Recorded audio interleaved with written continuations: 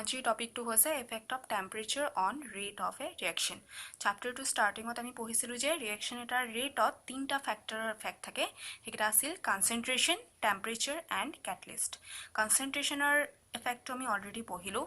আমি zero' order reaction, first order reaction এইবিলাকত চালোঁ ৰিয়েকশ্যনৰ ৰেট এটা কেনেকৈ কনচেনট্ৰেশ্যনৰ লগত ৰিলেটেড হয়। এতিয়া আমি চাব লাগিব যে টেম্পাৰেচাৰৰ ৰেটৰ ওপৰত কেনেধৰণৰ এফেক্ট থাকে। এইটো এটা বহুতেই ইম্পৰ্টেণ্ট ফেক্টৰ হয় আৰু ৰিয়েকশ্যন এটাৰ ৰেটটো চেঞ্জ কৰাত ই বহুত ডাঙৰ ৰোল প্লে কৰে। অ'কে,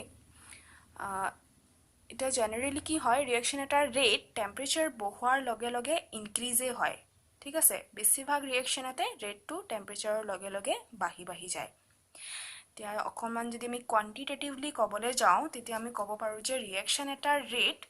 যেতিয়া টেম্পাৰেচাৰৰ 10 ডিগ্ৰী বঢ়োৱা হ'ব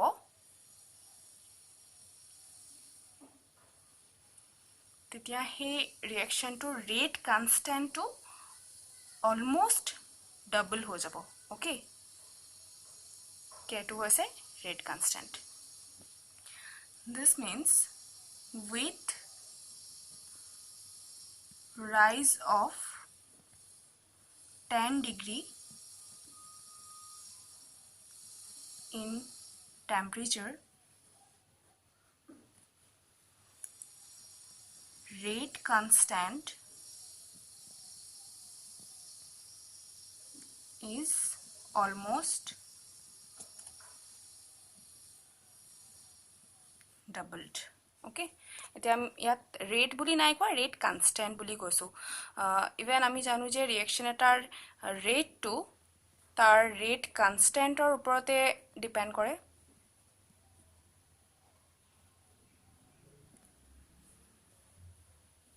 এই ৰেট কনষ্টেণ্টটো যেতিয়া বেছি হ'ব তেতিয়া ৰেটটোও বেছি হয়। ঠিক আছে, মানে ইয়াৰ লগত ইয়াৰ ডিৰেক্ট ৰিলেশ্যন আছে, ডিৰেক্টলি প্ৰপৰ্চনেল হয়। সেয়ে ইয়াত কোৱা হৈছে যে যেতিয়া ৰিয়েকশ্যন মিক্সচাৰ এটাৰ টেম্পাৰেচাৰটো 10 ডিগ্ৰীমান বঢ়াই দিয়া হয় তেতিয়া তাৰ ৰেট কনষ্টেণ্টটো অলমষ্ট ডাবলে হৈ যায়। ঠিক আছে, এতিয়া ধৰা কোনোবা এটা ৰিয়েকশ্যনৰ ৰেট কনষ্টেণ্টটো 10 ডিগ্ৰী চেলচিয়াছত কে আছিল, যদি টেম্পাৰেচাৰটো বঢ়াই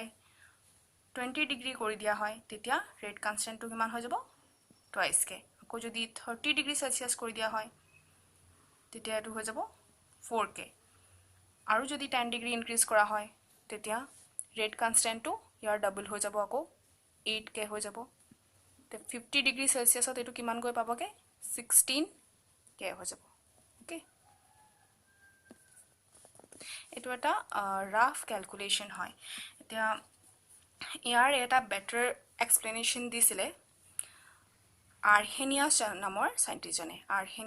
চাইণ্টিষ্টজনে এটা ইকুৱেশ্যন উলিয়াইছিল। অ'কে, আৰ্হেনিয়াছ ইকুৱেশ্যন বুলি কোৱা হয় এইটোক। আৰু এই ইকুৱেশ্যনটোৰ পৰা আমি টেম্পাৰেচাৰ আৰু ৰেট কনষ্টেণ্টৰ মাজৰ ৰিলেশ্যনটো বেছি ভালকৈ বুজি পাওঁ। তেওঁৰ ইকুৱেশ্যনটো এনেকুৱা ধৰণৰ আছিল, rate constant equal to A e to the power E A by R T. এতিয়া ইয়াত এই এটো ইয়াক ফ্ৰিকুৱেঞ্চি ফেক্টৰ বুলি কোৱা হয় বা ইয়াক প্ৰি এক্সপনেনচিয়েল ফেক্টৰ বুলিও কোৱা হয়। ঠিক আছে, এই ই এটো এইটো হৈছে এক্টিভেশ্যন এনাৰ্জি। বাকী আৰক চিনি পোৱা, আৰ হৈছে গেছ কনষ্টেণ্ট আৰু টিটো হৈছে যাৰ লগত আমি ৰিলেশ্যনটো এতিয়া চাই আছোঁ ৰেট কনষ্টেণ্টৰ টেম্পাৰেচাৰ। অ'কে, এতিয়া এই এ আৰু E a and E a are known as Arrhenius parameters, क्योंकि আৰ্হেনিয়াছে ইন্ট্ৰডিউস কৰিছিল সেইকাৰণে ইহঁতক আৰ্হেনিয়াছৰ প্যাৰামিটাৰ্স বুলিও কোৱা হয়। তে আমি এই ই এটো কি হয় বুজিব লাগিব, তেতিয়াহে আমি ৰিলেশ্যনটো ভালকৈ বুজি পাম। এই ই এটো ক'ৰ পৰা আহিছে, যাক নেকি এক্টিভেশ্যন এনাৰ্জি বুলি কোৱা হয় তে ৰিয়েকচন বিলাক যেতিয়া হয় suppose হাইড্ৰোজেন আৰু আয়োডিনৰ মাজত এটা ৰিয়েকচন হৈ আছে যেতিয়া হাইড্ৰোজেন আৰু আয়োডিনৰ মাজত ৰিয়েকচন হয় তেতিয়া আমি হাইড্ৰোজেন আয়োডাইড পাওঁ ওকে মানে এই দুটা ৰিয়েক্ট কৰিলে দুটা হাইড্ৰোজেন আয়োডাইডৰ মলিকুল ফৰ্ম হ'ব ওকে এই বন্ড বিলাক ভাঙি যাব হাইড্ৰোজেন হাইড্ৰোজেনৰ মাজত থকা বন্ড আয়োডিন আয়োডিনৰ মাজত থকা বন্ড আৰু হাইড্ৰোজেন আৰু আয়োডিনৰ মাজত নিউ বন্ড ফৰ্ম হ'ব কিন্তু এইটো এটা ষ্টেপত এনেকে ডাইৰেক্টলি হৈ না যায় ৰিয়েক্টেন্টৰ পৰা ডাইৰেক্টলি প্ৰডাক্ট গৈ নাপায়গে ইয়াৰ মাজতে এটা ষ্টেট আহি যায় ওকে এটা এনেকুৱা ষ্টেট আহিব যেতিয়া বন্ড বিলাক কমপ্লিটলি ব্ৰেকো নহয় আৰু কমপ্লিটলি ফৰ্মো নহয় ঠিক আছে ইয়াত দেখিছা ব্ৰোকেন লাইন দিয়া আছে তাৰ মানে ইয়াত পাৰফেক্ট বন্ড নাই ঠিক আছে ইয়াত ৰিয়েল বন্ড এক্সিষ্ট নাই কৰা এই ষ্টেটটো এটো এটা ইন্টাৰমিডিয়েট ষ্টেট হয় আৰু এই ষ্টেটটো কোৱা হয় ট্ৰানজিশন ষ্টেট আৰু ইয়াত যেটো কমপ্লেক্স ফৰ্ম হৈছে ইয়াত যে হে half broken and half formed bond আছে এই কমপ্লেক্সটো কোৱা হয় এক্টিভেটেড কমপ্লেক্স বুজি পাইছা এটো গতিকে ৰিয়েকচনস বিলাক চলি থাকোতে প্ৰথমতে ৰিয়েক্টেন্ট বিলাকৰ বন্ড বিলাক ভাঙিবলৈ ষ্টাৰ্ট কৰিব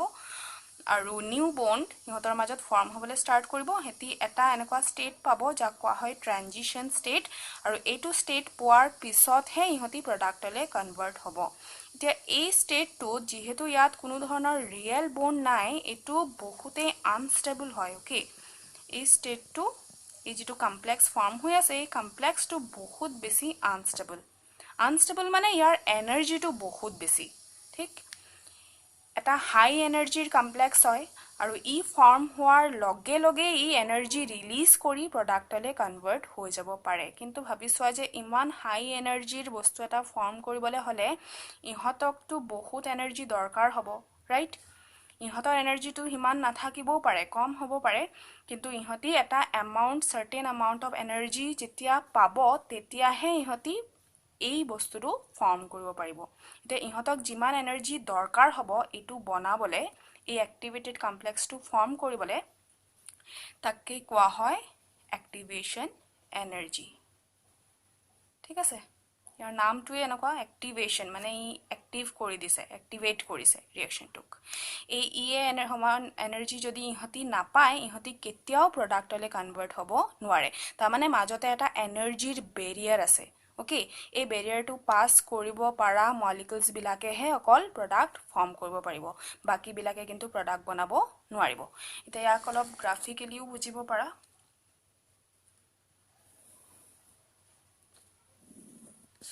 এফালে এনাৰ্জি লৈছো আৰু এটো সাইডত ৰিয়েকচন কোঅৰ্ডিনেট লৈছো ৰিয়েকচন কোঅৰ্ডিনেট মানে ৰিয়েকচনৰ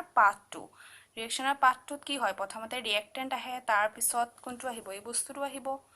ট্ৰানজিশন ষ্টেটটো তাৰ পিছত প্ৰডাক্ট আহিব ঠিক আছে এতিয়া মই ধৰি লৈছো যে এই ৰিয়েক্টেন্টস বিলাকৰ এনাৰ্জিটো ইমান হয় এতিয়া ৰিয়েক্টেন্ট মলিকুল সবৰে একচুয়ালি এনাৰ্জি সেম নহয় কিছুমানৰ বেছি হ'ব কিছুমানৰ কম হ'ব সব ৰিয়েক্টেন্ট মলিকুলৰে ভ্যালুটো বেলেগ বেলেগ হয় গতিকে এটো জাস্ট এটা এভাৰেজ ধৰি লোৱা হৈছে ঠিক আৰু প্ৰডাক্টৰ এনাৰ্জিটো মই ধৰি লৈছো ইহততকে বেছি আছে তাৰ মানে এটো এটা মই এন্ডোথাৰ্মিক ৰিয়েকচন এজিউম কৰিছো এন্ডোথাৰ্মিক ৰিয়েকচন বুলি ক'লে বুজিবা যে প্ৰডাক্টৰ এনাৰ্জি ৰিয়েক্টেন্টতকে বেছি তাৰ মানে প্ৰডাক্ট ফৰ্ম কৰিবলৈ হলে আলটিমেটলি ই অকনমান এনাৰ্জি কি কৰিব লাগিব এবজৰ্ব কৰিব লাগিব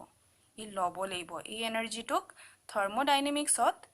এনথালপি বুলি কোৱা হয় ওকে ডেল্টা এইচ এনথালপি বুলি জনা যায় আৰু এই ডেল্টা এইচ টো যেতিয়া পজিটিভ থাকে মানে যেতিয়া প্ৰডাক্টৰ এনাৰ্জি বেছি হয় তেতিয়া ৰিয়েকচনটোক এন্ডোথাৰ্মিক ৰিয়েকচন বুলি কোৱা হয় এটা কোৱাই হৈছে যে ৰিয়েক্টেন্টটো ডাইৰেক্টলি টু প্ৰডাক্টলে না যায় এটা এনাৰ্জিৰ বেৰিয়াৰ আহিব মাজতে কোন আহিব এই এক্টিভেটেড কমপ্লেক্সটো তাৰ এনাৰ্জি বহুত বেছি হয় বুলি কৈ থৈছো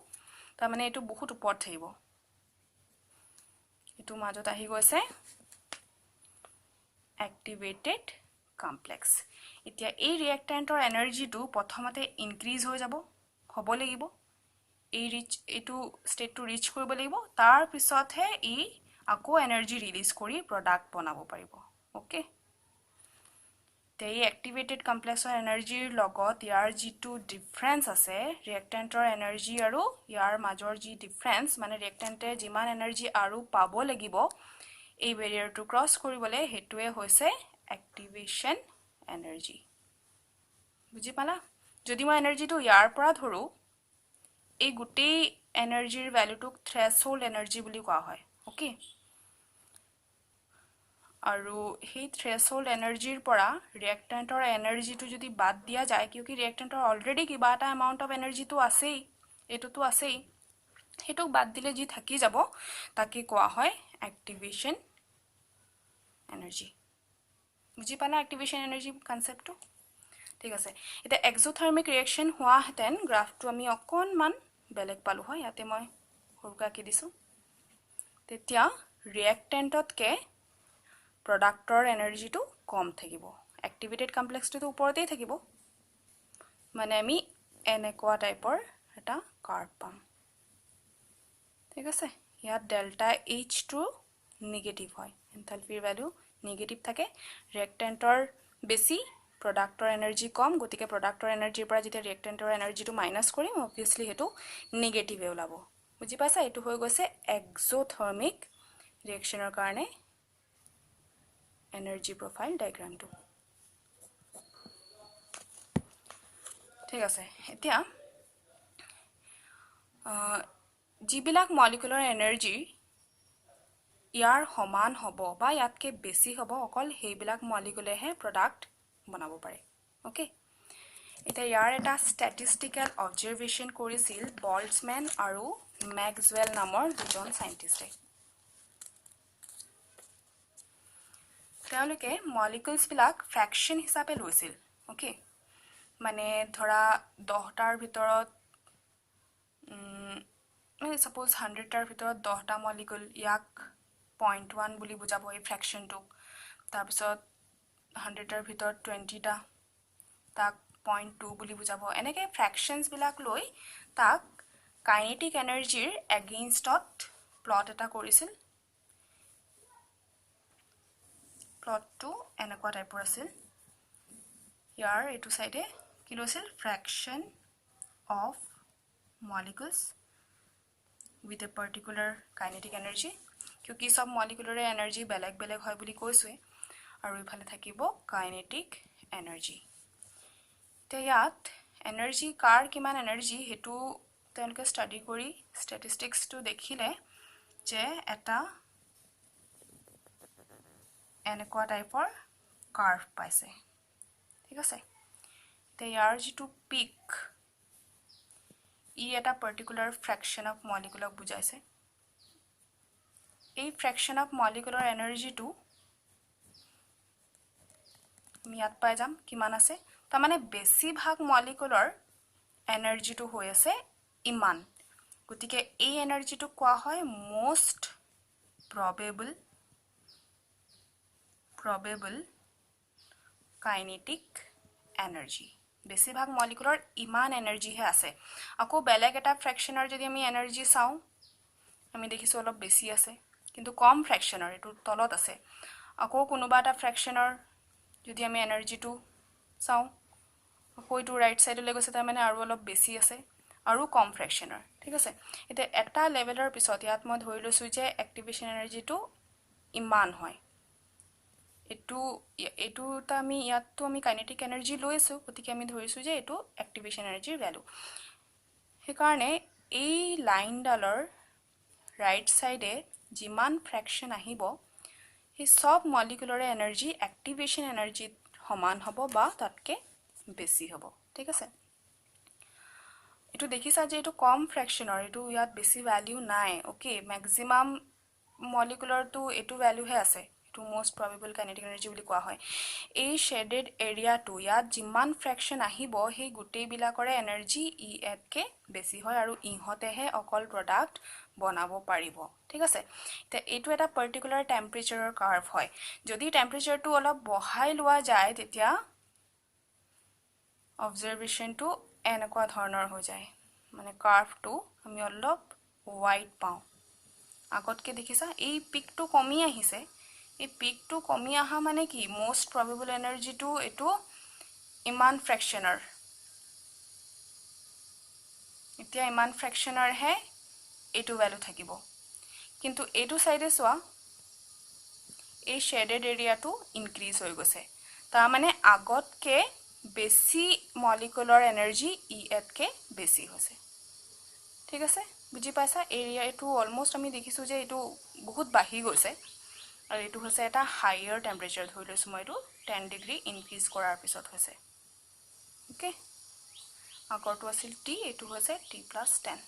গতিকে টেম্পাৰেচাৰ ৰাইজ কৰি দিলে fraction of molecules having energy equal to or greater than activation energy সেই বস্তুটো ইনক্ৰিজ হৈ যায় তাৰ মানে ৰেট টু ৰিঅ্যাকশনৰ ৰেট টু ইনক্ৰিজ হৈ যাব এটা ৰিঅ্যাকশন এটাৰ ৰেট কনস্ট্যান্ট টু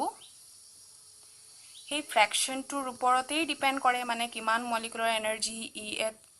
এৰ সমান আছে বা ইয়াতকে বেছি আছে এই বস্তুটোক ম্যাথমেটিক্যালি এনেকে লিখা হয় e to the power minus ea by rt মানে এই টাৰ্মটোৱে ইয়াকে বুজাই আছে কাক বুজাই আছে fraction of molecules having energy equal to or greater than activation energy এটো যিমান বেছি হ'ব ৰেট কনস্ট্যান্টটো হিমানে বেছি হ'ব আৰু আৰ্হেনিয়াছৰ ইকুৱেশনটোত এটা কনস্ট্যান্ট আহি যায় যাক কোৱা হয় frequency factor e to the power minus ea by rt এটা বুজি পাইছা আৰ্হেনিয়াছ ইকুৱেশনটো ইয়াত এই ই এৰ সিগনিফিকেন্সটো বুজি পালা ঠিক আছে তা এই ৰিঅ্যাকশনটো যদি আমি লগ লৈ লওঁ both side natural log ললে আমাৰ হ'ব ln k ln a minus e to গুছি যাব ea by rt ঠিক তে ইয়াত এটা আমি গ্ৰাফ ড্ৰ কৰিব পাৰো between ln k and 1 by t 1 by t তো যদি আমি কৰো 1 by t ৰ লগত আমি এটো আগফালে দেখিছো যে মাইনাস সাইন আছে আৰু ইয়াৰ লগত আছে ea by r ইন্টাৰসেপ্টৰ ভ্যালু এটো হ'ব এটো আৰু এই মাইনাস ea by r টো হ'ব স্লোপৰ ভ্যালু তাৰ মানে নেগেটিভ স্লোপ আমি পাম এনেকুৱা ধৰণৰ আমি এটা লাইন পাম ওকে আৰু এই লাইনটোৰ স্লোপটোৱে কাক বুজাব মাইনাস ea by r ইয়াৰ পৰা আমি এই এক্টিভেশন এনাৰ্জিটো ক্যালকুলেট কৰিব পাৰো ওকে বুজিলা এটো আচ্ছা এতিয়া আমি ইয়াৰ লগতে এটা বেলেগ এটা থিওৰি পঢ়িব লাগিব এই থিওৰিটো হৈছে collision theory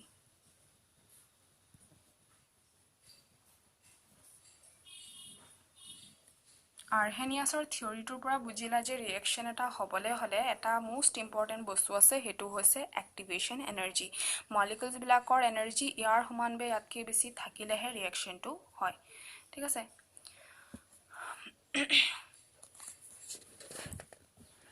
আৰু ইয়াৰ টেম্পাৰেচাৰৰ লগত ৰিলেশনটো এই কাৰ্ভটোৰ পৰাই বুজি পালা এতিয়া আমি চাম যে কলিজন থিওৰিত কি বুলি কোৱা আছে এই ৰিঅ্যাকশনৰ মেকানিজমৰ ওপৰতে কয় ঠিক আছে according to this theory reactant molecules বিলাক এটা স্ফিয়াৰৰ নিচিনা হয় ওকে স্ফিয়াৰৰ নিচিনা হয় আৰু ইহঁতৰ মাজত কলিজন হয় ঘৰ্ষণ হয় আৰু এই কলিজনস বিলাক হলে ইহঁতি প্ৰডাক্ট বনাব পাৰে ঠিক আছে দুটা ৰিঅ্যাক্টেন্ট মলিকুল যিবিলাক নেকি এটা হাৰ্ড স্ফিয়াৰ নিচিনা হয় ইহঁতৰ মাজত যেতিয়া কলিজন হ'ব তেতিয়া ইয়াৰ পৰা প্ৰডাক্ট বনিব কিন্তু ইয়াত দুটা কন্ডিশন আছে ওকে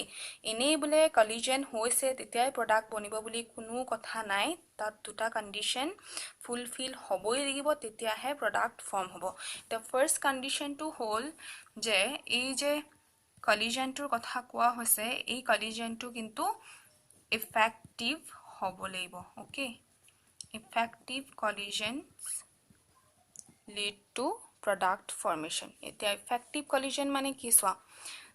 আমি হে আগৰ ৰিঅ্যাকশনটোৱে লৈছো হাইড্ৰোজেন আৰু আয়োডিনৰ মাজত এটা ইয়াত কলিজনটো এনেকে হ'ব লাগিব এই হাইড্ৰোজেনটো এই আয়োডিনটোক